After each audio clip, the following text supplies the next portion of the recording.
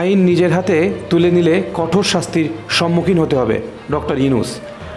ধর্মীয় সম্প্রীতি নষ্ট হয় এমন কোনো কাজ করা থেকে সবাইকে বিরত থাকতে হবে। জাতির উদ্দেশ্যে ভাষণে প্রধান উপদেষ্টা।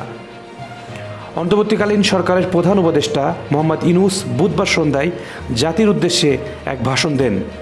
আইন নিজের হাতে তুলে নিয়ে বিশৃঙ্খলা সৃষ্টির বিরুদ্ধে সতর্ক করে প্রধান উপদেষ্টা বলেন, যদি কেউ আইন নিজের হাতে তুলে নেই এবং সমাজে বিশৃঙ্খলা সৃষ্টি করে তাকে শাস্তির সম্মুখীন হতে হবে।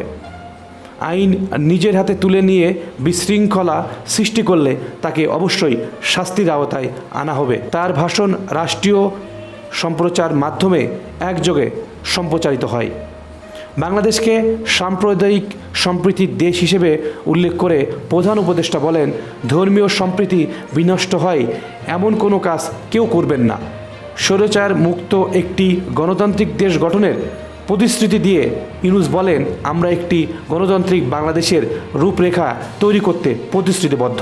তিনি আরও বলেন, স্বৈরাচারের হাত থেকে মুক্ত হতে এবং গণতান্ত্রিক দেশে বাস করতে আমরা কঠোর পরিশ্রম করছি।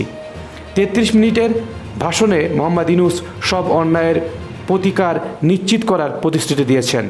তিনি বলেন, আমরা আমাদের দায়িত্বকালে সব সমস্যা সমাধানের চেষ্টা করব। তিনি বলেন, আমাদের প্রথম মাস শেষ হয়েছে, দ্বিতীয় মাস থেকে নতুন শ্রমিক মালিক সম্পর্কের সূচনা করতে চাই। নতুন প্রজন্ম যেন নির্ভয়ে ভবিষ্যতের দিকে এগিয়ে যেতে পারে, আমরা সে লক্ষ্যে কাজ করছি। তৈরি পোশাক ও ওষুধ শিল্পে অসন্তোষের কারণে কারখানা বন্ধ রাখার বিষয়ে উল্লেখ করে তিনি শ্রমিক ও মালিক উভয় পক্ষের সঙ্গে আলোচনা করে স্থায়ী সমাধান করার কথা বলেন। শ্রমিকদের কারখানা চালু রাখার আহ্বান জানিয়ে তিনি বলেন, মালিক ও শ্রমিকের সঙ্গে আলোচনা করে সমস্যার সমাধান করব।